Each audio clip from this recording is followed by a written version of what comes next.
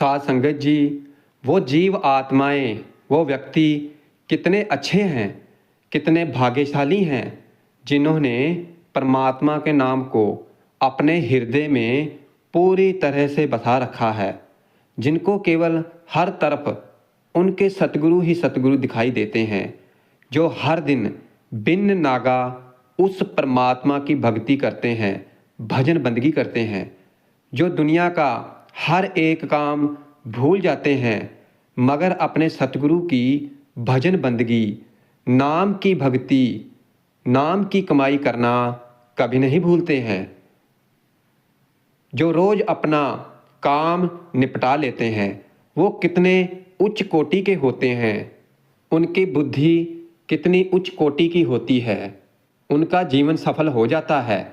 ऐसी जीव आत्माओं का ही इस मृत्यु लोक में आया सफल होता है, जो अपने इस मनुष्य जीवन का पूरा पूरा लाभ उठाते हैं। ऐसी जीव आत्माएं फिर बार बार इस 84 लाख के बेड़े में नहीं फंसती हैं। वो तो ये संसार रूपी महासागर को पार करके अपने उस धाम सचखंड में सतलोक में पहुंच जाती हैं। दिल हो मोहब्बत जिन से ही रचया, जिन मनी होर मुख होर सी कांडे कचया, रते इश्क खुदाए हंगी दीदार के, विसरया जिन नाम ते भूई भार थिए। ये बाबा शेख फरीद जी का शब्द है। इसका विषय अध्यात्मक है।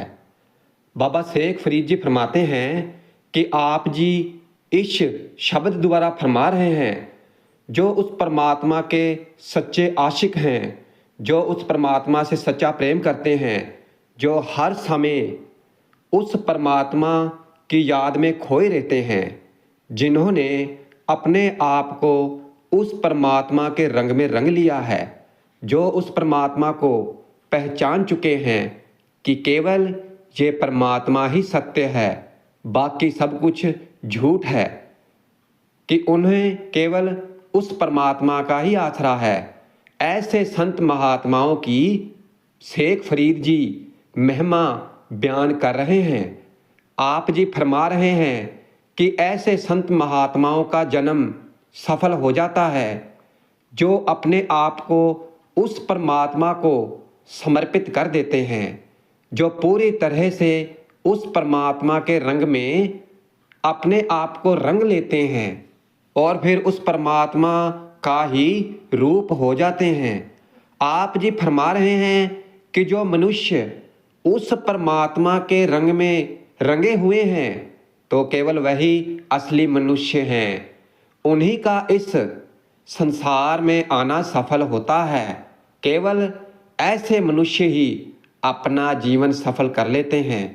वो इस धरती पर रहकर उस परमात्मा की भक्ति करते हैं, जिनको इस बात का पता चल जाता है कि हमारा मकसद क्या है, हमें उस परमात्मा ने यहाँ यानी इस मृत्यु लोक में क्यों भेजा है, जिनको इस बात की सोझी आ जाती है, जो समझ जाते हैं, जो उस परमात्मा द्वारा भेजे गए पूर्ण संत सतगुरु की खोज करते हैं और फिर खोज करने के बाद उनके हुक्म में रहते हैं, उनके बताए गए मार्ग पर चलते हैं और दिन रात नाम की भजन बंदगी करते हैं, नाम की कमाई करते हैं।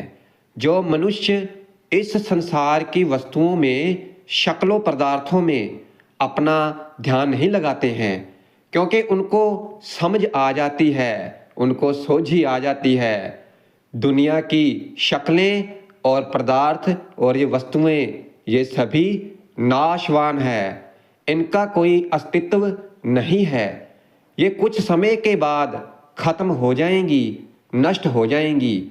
वो फिर अपने मन को इन दुनिया की शक्लों और पदार्थों में नहीं भटकने देते हैं।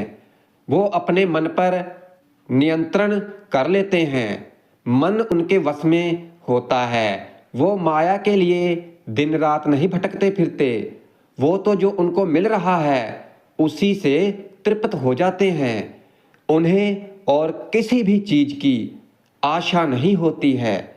जो उस परमात्मा को दिल से प्यार करते हैं। आप जी फरमाते हैं कि केवल वही मनुष्य हैं, वही असली मनुष्य हैं और जो उस परमात्मा के नाम को, उस अकाल पुरख के नाम को, ईश्वर के नाम को भूल चुके हैं। जिनको उस परमात्मा का नाम भूल गया है, उन्हें यही नहीं याद है कि हम करने क्या आए थे और यहाँ कर क्या रहे हैं। हमें परमात्मा ने इस मृत्यु लोक में, इस धरती पर भेजा किस लिए है, हमारा असली मकसद क्या है, जो पूरी तरह से भूल जाते हैं, कभी उस परमात्मा को याद ही नहीं करते। अगर थोड़ा सा दुख आ जाता है तो याद कर लेते हैं और फिर बाद में फिर भूल जाते हैं। जो केवल दुख आने पर ही, जहाँ किसी मुसीबत में पड़ने पर ही उस परमात्मा को याद करते हैं, तो ऐसे मनुष्य असली मनुष्य नहीं है। आप जी फरमा रहे हैं कि ऐसे मनुष्य तो केवल इस धरती पर भार हैं, बोझ हैं, जिनको उस परमात्मा का नाम भूल गया है और जिनको उस परमात्मा से दिल से प्यार है, तो वही सच्चे मनुष्य हैं, सच्चे प्रेमी हैं। मगर जिनके दिल के अंदर कुछ और है और वो अपने मुख से कुछ और कहते हैं, दिल में कुछ और ही भरा हुआ है और मुंह पर कुछ और है, तो वो परमात्मा के सच्चे आशिक नहीं हैं, सच्चे प्रेमी नहीं हैं। वो कच्चे आशिक हैं, कच्चे प्रेमी हैं। केवल वही मनुष्य उस परमात्मा के दर के फकीर हैं और केवल वही उस परमात्मा के दर से इश्क की खैर मांगते हैं, सच्चा प्रेम चाहते हैं परमात्मा से। जिनको उस परमात्मा ने अपने लड़ लगा लिया है, उनकी फिर वो परमात्मा पूरी तरह से संभाल करते हैं, क्योंकि फिर वो उस परमात्मा के हो जाते हैं। फिर उनकी देखभाल संभाल परमात्मा करता है, सतगुरु करते हैं। आप जी फरमा रहे हैं कि उनको जन्म देने वाली माँ धन्य है। साध संगत जी, देखो कितनी वड्याई दी है उन मनुष्यों को जो उस परमात्मा की भक्ति करते हैं, जो नाम की भक्ति करते हैं। आप जी उनकी माता को भी धन्य मानते हैं, जिन्होंने ऐसे मनुष्यों को जन्म दिया है, जो उस परमात्मा को, उस पालनहार को पहचान जाते हैं, जो उस परमात्मा को अपने अंदर खोज लेते हैं। उनके पैर चूमने लायक होते हैं। उनके पैर जहाँ पर पड़ जाते हैं तो वो जगह धन्य हो जाती है। आप जी फरमा रहे हैं कि ऐसे मनुष्यों को वो परमात्मा अपनी भक्ति की खैर डाल दें, इसलिए वो हर समय उस परमात्मा के नाम से जुड़े हुए हैं, उस परमात्मा की भजन बंदगी में डूबे रहते हैं। इसलिए हर समय मनुष्य को परमात्मा की बंदगी की, भक्ति की खैर मांगनी चाहिए, ताकि वो हर समय उस परमात्मा की भक्ति में लगा रहे। शेख फरीद जी फरमाते हैं कि परमात्मा के आगे अरदास करते हैं, बेनती करते हैं कि हे पालनहार, हे बेअंत, हे परमपिता परमेश्वर, जिन मनुष्यों को इस बात की सोझी आ गई है, जिन्होंने ये समझ लिया है कि वो परमात्मा सदा कायम रहने वाला है, केवल वो परमात्मा ही सदा कायम था और कायम रहेगा, तो मैं उनके पैर चूमता हूँ। हे परमात्मा, मुझे केवल आप जी का आसरा है और आप ही पापी गुनहगार मनुष्य को बख्शनहारे हैं, और मैं आप जी के आगे यही अरदास करता हूँ, यही बेनती करता हूँ, खैर मांगता हूँ कि आप जी मुझे अपनी भक्ति की खैर डाल दें, मुझे अपनी बंदगी बख्शें, मुझ पर कृपा करें, जो कि मैं सदा आप जी के नाम से जुड़ा रहूं, आपकी भजन बंदगी करता रहूं। आगे आप जी फरमाते हैं कि हे मनुष्य, अगर तू हर जगह उस परमात्मा को देखना चाहता है, यानी हर किसी में उस परमात्मा को, हर मनुष्य में उस परमात्मा को देखना चाहता है कि तुम्हें हर जगह ही केवल वह परमात्मा ही परमात्मा दिखाई दे, तो तू फरीदा थ्यों पवारी दभुजे साई लोड़ी है शुभ एक छिड़ ही बयाना लताड़ी ता साई दे दर वड़या ही।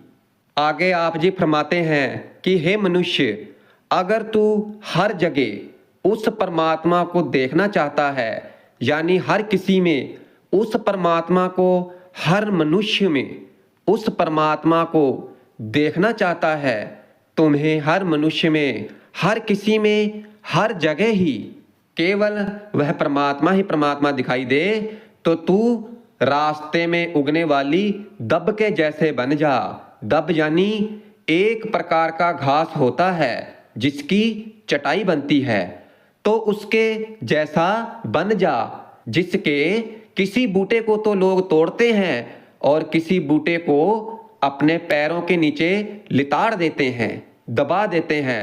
अगर तू अपना स्वभाव ऐसा सहनशील और निम्रता वाला बना लेगा, तो फिर ही तू उस परमात्मा के दरबार में कबूल हो जाएगा, यानी उस परमात्मा के दर पर तुम्हारा मान होगा, सम्मान होगा। तुम्हें उस परमात्मा के दरबार में मान सम्मान मिलेगा। इसलिए मनुष्य को अपना स्वभाव ऐसा निम्रता वाला बना लेना चाहिए, किसी से भी नफरत नहीं करनी चाहिए, किसी से भी द्वेष की भावना नहीं रखनी चाहिए, हर एक से अच्छा बोलना चाहिए, मीठा बोलना चाहिए, हर किसी से प्रेम करना चाहिए, क्योंकि हम सभी उस परमात्मा की ही संतान हैं। तो भाई, जब हम उस एक परमात्मा की ही संतान हैं, तो फिर हम एक दूसरे से नफरत क्यों करते हैं? हर किसी को नीचा दिखाने की कोशिश क्यों करते हैं और अपने आप को ऊंचा दिखाने की कोशिश करते हैं? इसलिए आप जी फरमाते हैं कि इंसान को हर समय अपने आप को नीचा ही समझना चाहिए, अपने आप को लोगों के पैरों की धूल समझनी चाहिए।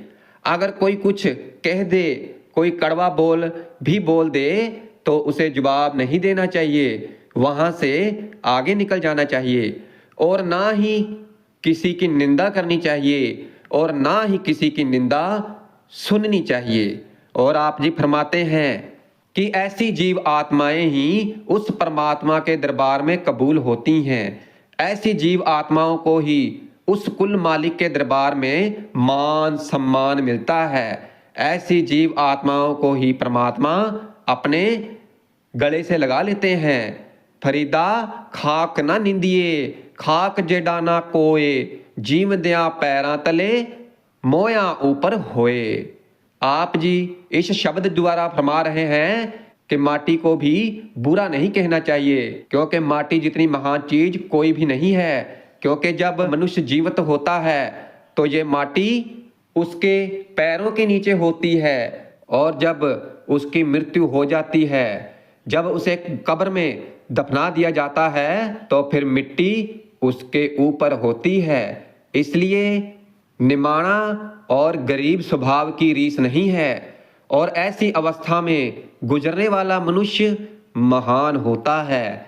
इसलिए अपने आप को नीचा ही समझना चाहिए, क्योंकि फल हमेशा नीचे पेड़ों पर ही लगते हैं और उनका उस परमात्मा के दरबार में बहुत ही मान सम्मान होता है।